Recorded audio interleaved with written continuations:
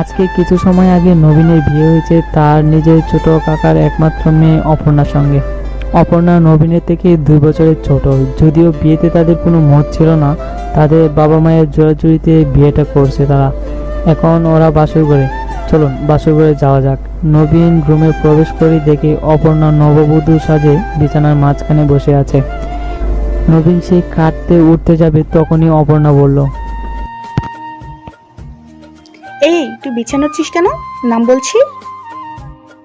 ও hello, আমার বিন্দুমাত্র বিছানায় ওঠার ইচ্ছে নেই। হ্যাঁ, তাহলে বিছানায় ওঠার কি আছে? আমি বিছানায় উঠবো না, বালিশটা দে।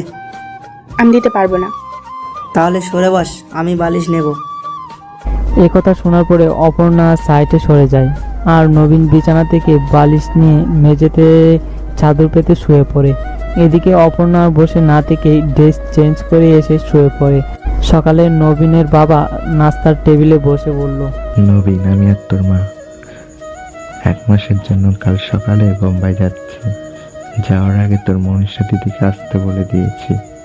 সে আজকে আসছে। আমরা যতদিন না ফিরবো সেখানেই থাকবে। আমি চাই তোমরা একাকী কিছু সময় একসাথে কাটাও। ওকে বাবা। একথা বলে যখন অপর্ণার দিকে তাকালাম, দেখলাম আমার দিকে রাগীভাবে তাকিয়ে আছে। মনে হয় চোখ দিয়ে বোঝাতে চাইছে আমার কপালে শনি আছে। আমি কিছু না বলে তাড়াতাড়ি কিছু খেয়ে উপরে রুমে চলে এলাম। কিছু সময় পরে অপর্ণা রুমে ঢুকে দরজা বন্ধ করছে। এমন সময় আমি বললাম,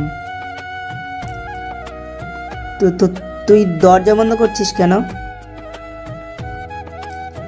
সে আমার দিকে এগিয়ে এসে আমার কাঁধের উপরে হাত রেখে বলল, বাবা মা একবার যাক, তারপর তোকে বোঝাবো। একথা বলে সে আমার শার্টের কলারটা টেনে ধরলো। এই ছাড় বলছি, তোর লজ্জা করছে না? তুই একটা পুরুষ মানুষের শার্টের কলার ধরেছিস।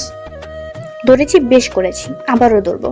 ওরে আমার পুরুষ মানুষ রে, বিয়ের পর বাসর রাত্রে বিছানা থেকে বালিশ নিয়ে মেঝেতে শোয়, আবার নিজেকে পুরুষ বলে দাবি করে। মুখ সামলে কথা বলবি। আবারও বলবো, তুই কি করবি? ওরে আমার বোন রে, তুই চুপ করবি নাকি আমি তোর গলা টিপে চুপ করাবো? তুই সেটাও পারবি না। পারবো না? একথা বলে যখন ওকে ধরতে যাব, অমনি কোথা থেকে, এই তোরা কি শুরু করছিস? কি থাম বলছি। দিদি, আমার কোনো দোষ নেই, আমি তো বিয়ে করতে চাইনি। মিথ্যা বললাম, যদিও দিদি সবটা জানে। কিন্তু যেহেতু জেঠিমা জোর করে আমাকে এই বলদের সাথে বিয়ে দিয়েছে, এখন আমি কি করব? আমি বলদ? দেখ দিদি, তোর সামনে আমাকে বলদ বলল। ঠিক বলেছি। ঠিক বলেছিস? তোরা চুপ করবি? না দি, ও যা না তাই বলে যাচ্ছে। তুই কিছু একটা কর।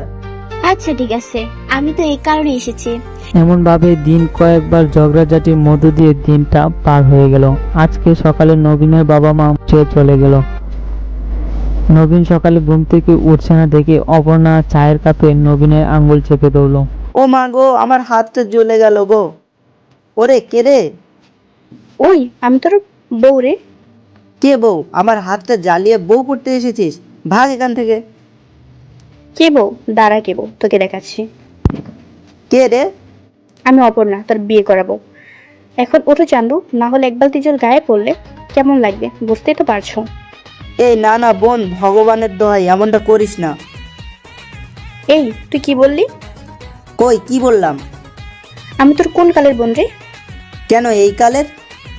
তুই জানিস না, তুই তো আমার আপন কাকার একমাত্র পেতনি, মানে একমাত্র মেয়ে। সেটা আগে ছিলাম, কিন্তু এখন আমি তোর বিয়ে করাবো। আমি মানি না এই বিয়ে, আর তোকে বউ হিসাবে নেভার। Get lost. মানিস আর নাই মানিস, তাহলে বিয়ে কেন করেছিস? তুই মানবি না, তোর বাবা মানবে। তাহলে বাবা মুম্বাই থেকে ফিরলে বাবাকে মানাস। এখান থেকে যা। দেখলেন তো, দুটোই সকাল থেকে শুরু করছে। আমি এদেরকে নিয়ে আর পারি না। ওইদিকে মামা মানে নবীনের বাবা আমাকে বলে গেছেন মুম্বাই থেকে ফিরে যেন তারা সুসংবাদ পায়, কিন্তু এরা দুঃসংবাদ ছাড়া আর কিছু দেবে না। মনে হয় আজকে 6 দিন হয়ে গেল দুজনের মধ্যে ঝামেলা লেগে রয়েছে। নবীন বাইরে যেন কোথায় গেছে, তাই অপর্ণাকে ডাক দিলাম। অপর্ণা, অপর্ণা। হ্যাঁ দি। তোদের কি হয়েছে বলতো? কিছু না তো। নবীন তাহলে এমন করছে কেন? আসলে দিদি, বাবা মার জোরে জোরে তো ও আমাকে বিয়ে করেছে। ও মনে হয় আমাকে ভালোবাসে না, ও হয়তো অন্য কাউকে ভালোবাসে, সেজন্য আমার কাছে আসে না, বিয়ের পর থেকে দূরে দূরে থাকে, কিছু বলে রাগ দেখায়। কেস তো তাহলে বিশাল জটিল হয়েছে। তুই চিন্তা করিস না, তুই শুধু আমার কথা মতো চল, তারপর দেখ তোকে বউ হিসাবে না মেনে কি করে থাকে। ওকে দিদি, এত রাত পর্যন্ত কোথায় ছিলে? যেখানে থাকি তোকে বলতে হবে নাকি? হ্যাঁ, বলতে হবে, কেন বলতে হবে? কারণ আমি তোমার বিয়ে করাবো, তাই তোমার সব কিছুতে আমার অধিকার আছে। আমি মানি না। আমি শুধু একটা কথা জানি, তুই আমার বোন। না, আমি বলছি তো, আমি তোর বউ। ওরে বোন, তুই বুঝতে কেন পারছিস না? আমি তোর জ্যাঠার ছেলে, তোর বড় দাদা, আর তুই আমার ছোট বোন। আমিও বলছি তো, আমি যখন ভেবে নিয়েছি, তুমি কোনো কষ্ট করে ভাবছো না বউ, কষ্ট করে একবার বউ ভাবো না। ছি, তুই এতটা বাজে যে একটা ছেলের গায়ে ঢলে পড়ছিস? সর আমার কাছ থেকে। গায়ে পড়ার কি আছে? তুমি তোমার বিয়ে করাবো, আর আমার ইচ্ছে আমি ঝরিয়ে ধরবো, যা খুশি তাই করবো। তুই আগে আমার গায়ের কাছ থেকে সর। আমার খুব ক্ষুধা লেগেছে, খেতে দে। আমি দিতে পারবো না, তুই যেমন দেরি করে এসেছিস তেমন নিজে গিয়ে খুলে খা। ঠিক আছে ঠিক আছে, যাচ্ছি, তোকে খেতে দিতে হবে না। তারপরে বাবাকে কল দিয়ে বলছি আমাকে না খাইয়ে রেখেছে তাদের বউ। কি বললি? কিছু না। আরেকবার বল, বউ নাকি বলে যেন। একথা বলে নবীন নিচে চলে এলো। পিছন পিছন অপর্ণা এসে খাবার গরম করে দিল। অপর্ণা নবীনকে ছোটবেলা থেকে মনে মনে অনেক ভালোবাসে। সে তো ছোট থেকে নবীনের বাড়ি থেকে নবীনের সঙ্গে খেলাধুলা করে বড় হয়েছে, তাই তার প্রতি একটা মায়া আগে থেকেই কাজ করে। যখন নবীন পড়াশোনা করার জন্য দেশের বাইরে যাচ্ছিল, অপর্ণা সে কি কান্না, দুদিন কিছুই খায়নি।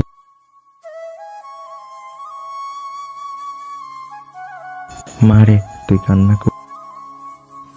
আমি খাবো না, তুমি আগে তোমার ছেলেকে এনে দাও, তারপর আমি খাবো। তুমি তো জানো ওকে ছাড়া আমি। আচ্ছা মা, ও এবার এলে ওকে সারা জীবনের মতন তোর কাছে রেখে দেবো। সত্যি দেবো তো বাবা? হ্যাঁ মা, দেবো। এখন তুই একটু হাস, তোর গুমরা মুখ যে আমার আর ভালো লাগে। কারণ ছোটবেলা থেকে অপর্ণা বাবা মা একটা অ্যাক্সিডেন্ট হারায়, তখন থেকে নবীনের বাড়ি থেকে নিয়ে এসে নবীনের বাবা। তারপরে কি আর, নবীন যখন পড়াশোনা শেষ করে বাড়ি ফিরলো, নবীনের বাবা মা ওদেরকে বিয়ে দিয়ে দেয়। বাকিটা তো আপনারা নিজের কানে শুনছেন। এখন চলুন আগে কি হয়েছে। রাতে কে ওরা ঘুমিয়ে গেল, এখন এরা এক বিছানায় ঘুমায়। সকালে নবীন যখন রেডি হয়ে বাইরে যাবে, তখন অপর্ণা নবীনের পায়ে প্রণাম করতে গেল। এই কি করছিস? মাপ চাইতে হবে না, আমার পাশে আর। আমি মাপ চাইনি। তাহলে প্রণাম করছি, কারণ আমি তো সন্তানের মা হতে চলেছি। কি? আকাশ থেকে পড়লি নাকি? বললাম আমি তো সন্তানের মা হতে চলেছি। এই তুই কি বললি? আমার সন্তানের মা হতে চলেছিস তুই? মানে? ওরে বোন, আমি তোকে টাচ করা তো দূরের কথা, কখনো তোর দিকে অমন নজরে তাকাইনি, তাহলে বাচ্চাটা এলো কোথা থেকে? আমি তো তোর হার্ড ডিস্কে এয়ারটেল নেট কানেক্ট করিনি। এই তাহলে অন্য কারোর ওয়াইফাই কানেক্ট হয়ে আপলোড ডাউনলোড হয়ে গিয়েছে? ভগবান, সত্যি তুই একটা ক্যারেক্টারলেস। কার না কার বাচ্চা নিয়ে আমার গলায় ঝোলাচ্ছিস। আমি একটা বাচ্চা ছেলে, আমার নাক টিপলে দুধ বের হয়, আর আমি দিয়েছি বাচ্চা। তুই সত্যি করে বলে বাচ্চা কার? মনীষা দি। মনীষা পাশের ঘর থেকে তাদের কাছে এলো। কি হয়েছে, কি বল? দিদি, ও নাকি আমার বাচ্চার মা হতে চলেছে। ও মা, তাই নাকি? এটা তো খুশির খবর। তো তাতে কি হয়েছে? ও ওর নিজের সন্তানকে অস্বীকার করছে। আমি তো বিয়ে করতে চাইনি, জোর করে বিয়ে করালে। বাসরও করতে চাইনি, জোর করে বাসর করে দিয়ে এলে। তারপর আমি আর কিছু বলতে পারবো না। এখন বাচ্চাকে অস্বীকার করছে। দিদি তুই বল, ও আমার ছোট বোন, আমি ওর বড় দাদা। আমি কোনোদিন ওর দিকে খারাপ নজরে তাকাইনি, তাহলে এটা কি করে মেনে নি তুই বল? আচ্ছা অপর্ণা, তুই কি করে বুঝলি তুই যে মা হতে চলছিস? দিদি, এই দাদা নামক হিংস্র প্রাণীটা সেদিন রাত্রে আমাকে কাছে টানে। বাকিটা বলতে পারবো না, কিন্তু এটা বলতে পারবো, সকালে যখন ঘুম ভাঙলো তখন আমি ওর বুকে নিজেকে আবিষ্কার করি। তারপর আমি অনুভব করি যে ভগবানের কৃপায় আমি মা হতে চলেছি। এই তুই কি বললি? এই নবীন চুপ, এই দেখ কি ওটা? Pregnancy report. এখন সবাই করোনার ভুয়া রিপোর্ট বের করছে, তাই বলে তোরাও প্রেগনেন্সির ভুয়া রিপোর্ট বের করেছিস? এটা ভুয়া রিপোর্ট না, দেখ এখানে পরিষ্কার ভাবে লেখা আছে বাবার নাম নবীন আহত, রিপোর্ট পজিটিভ। দিদি ওটা নবীন আহত না। ওই মাহাতো আহত, সে এক হলো আর কি। দিদি তোর বিশ্বাস হয় এটা আমার বাচ্চা? এই, এটা তোরই বাচ্চা। আর মনীষাদি এখন থেকে রোজ ও আমাকে ছাদে হাতে নিয়ে যাবে। মনীষাদি, তোর মনীষীদের গোষ্ঠী কেলাই। ওকে আমি তোকে নিয়ে যাব রে বোন, নিয়ে যাব। এ কথা বলে নবীন ওখান থেকে চলে গেল। অপর্ণা মনে হয় বুদ্ধি কাজে দেবে, তুই লেগে থাক। কিন্তু দিদি রিপোর্ট তো মিথ্যা, তারপর কি করব? নবীনকে পুরুষত্ব নিয়ে খোঁটা দিতে হবে, যাতে করে তোকে রাগের বয়সে প্রেগনেন্ট করে দেয়। তারপর তোর সাথে সংসার না করে কোথায় যাবে দেখবো। ঠিক বলেছ। তাদের কথার মাঝখানে আবারও নবীন আসে। দিদি আমার কিন্তু বিশ্বাস হচ্ছে না, নিশ্চয়ই এর ভিতরে কিছু একটা লোচা আছে। তোর তো মনে হবেই, কারণ তোর মধ্যে তো সেই ক্ষমতাই নেই। এই তুই আমার বিষয়ে আমার থেকে বেশি জানিস? জানবো না? তুই আমার স্বামী, আমরা এক বিছানায় থাকি, আর জানবো না? এই তুই কি জানিস? আমার ডিভাইসে 4G স্পিডের ডাটা চলে। কই, কোনোদিন তো তার নমুনা দেখলাম না। তুই আমাকে হাসালি। আসলে ওর ডিভাইস ডাটার স্পিডের যে হাল, তাতে ডাউনলোড দিলে ডাউনলোড তো হবেই না, শুধু প্রসেস করতে থাকবে, আর কোনোদিনও বাবা হওয়া হবে না। এই তুই কি বললি? আমার ডিভাইসের ডাটার স্পিড এত কম যে আমি বাবা হতে পারবো না? তোর মধ্যে সেই স্পিডই নেই, তুই একটা টিউবলাইট। কি বললি? আমি টিউবলাইট? মুখ বন্ধ করবি তুই বোন।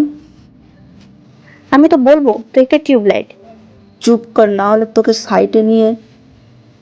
সাইডে নিয়ে কি বাচ্চা দিবি নাকি? তাও তো পারবি না। এই শোন, মোটেও আমি টিউবলাইট না, আমাকে রাগাস না, না হলে।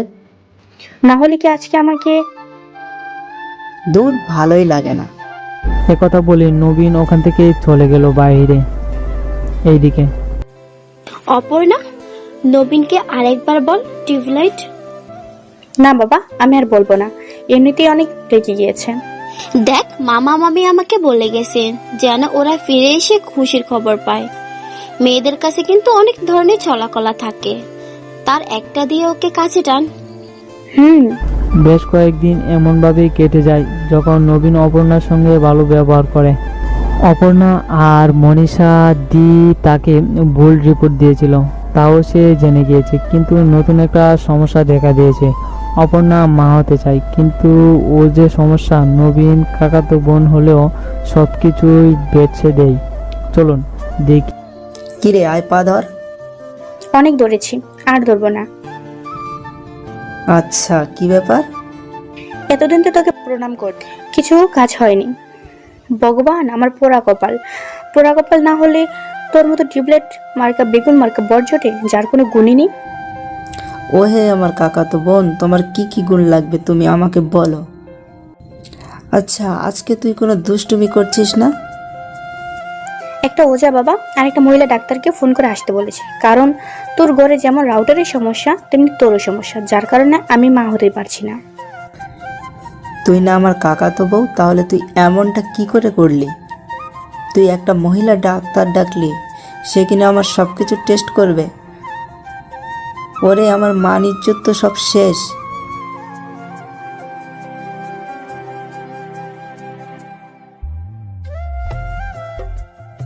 ও নাকি মহিলা তো তাতে কি হয়েছে? তোদের বাচ্চা হচ্ছে না, তাই তো এমনটা করছে। ও কি বউ হিসাবে একটা বাচ্চা চাইতে পারে না?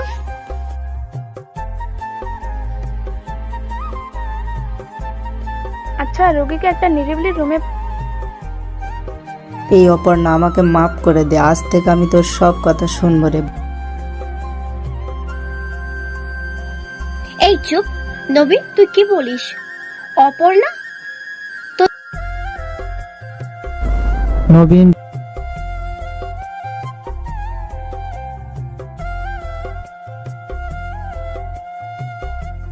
এমন সময় দরজায় কলিং বেল বেজে উঠল। মনে হয় ডাক্তার এসে গিয়েছে।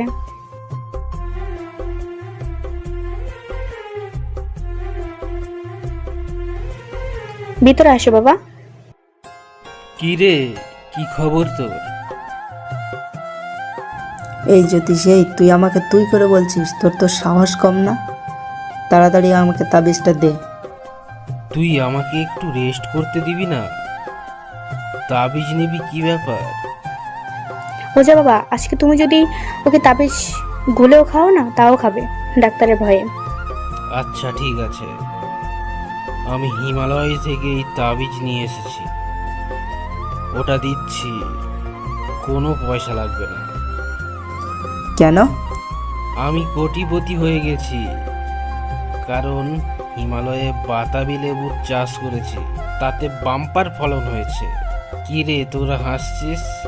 এবিপি আনন্দে সরাসরি এটা সম্প্রচার হবে। তুই আমাকে না রাগিয়ে তাড়াতাড়ি তাবিজটা দে। এই নে। এই তুই এটা কি দিচ্ছিস? এ তো এক হাত বাঁশ, এটা আমি গলায় ঝোলাবো না। এই তুই কি বলছিস? কি? আমি তাহলে মহিলা ডাক্তারকে ফোন দিয়ে দেখি সে কত দূর আছে।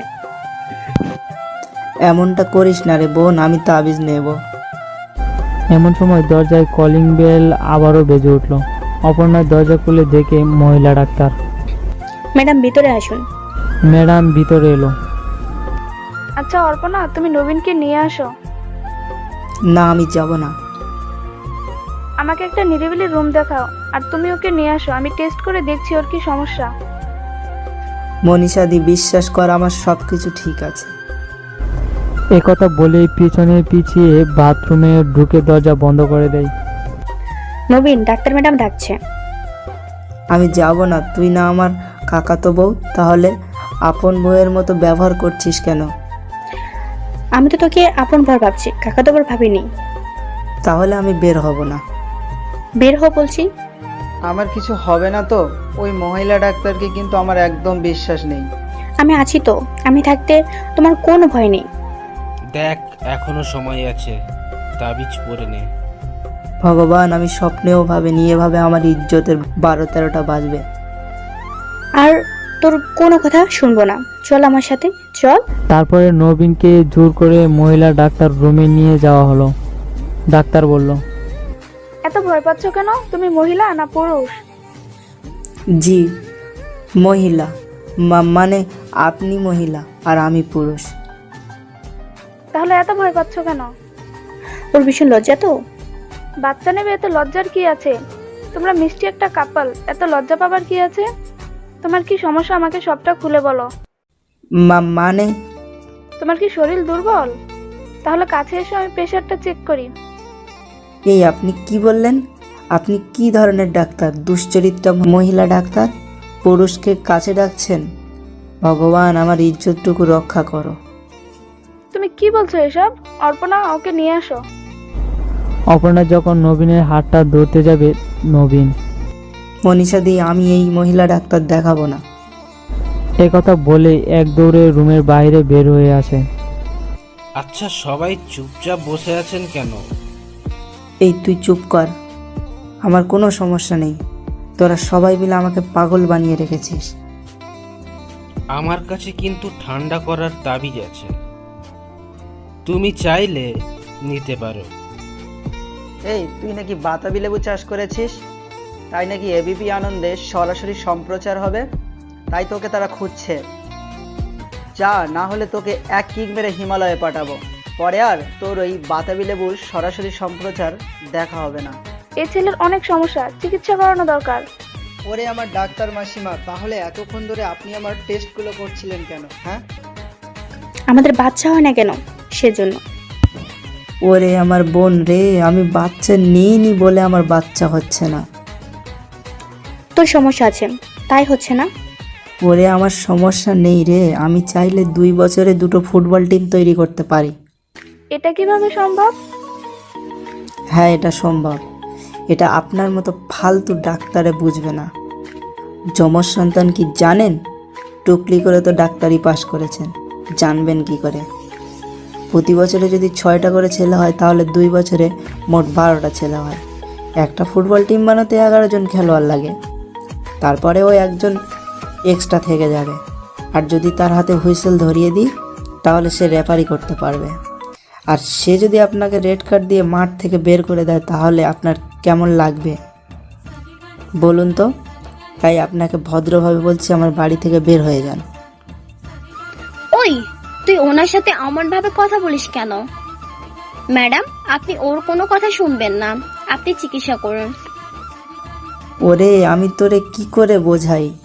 আমি বাচ্চা নিচ্ছি না বলে বাচ্চা হচ্ছে না। তাহলে নে। এই কি বললি তুই? হাই ভগবান, তুমি কেন আমার কপালে এরকম টিউবলাইট মার্কা বর দিলে? যে রোমাঞ্চ করে না, হানিমুনও নিয়ে গেল না। এই চুপ কর, আর একটাও কথা বলবি না। তোকে বাচ্চাও দেব, হানিমুনেও নিয়ে যাব। এবার শান্তি হয়েছে বোন, এখন তো মুখটা বন্ধ রাখ। একথা বলে নবীন সেখান থেকে চলে গেল। অপর্ণা, তোর কি মনে হয় সত্যি তাহলে হানিমুনের পর খুশি খবরটা পাবো? পালিয়ে পালিয়ে আর কতদিন থাকবে? একবার হানিমুনে যেতে দাও, তারপর তো মজা বোঝা যাবে।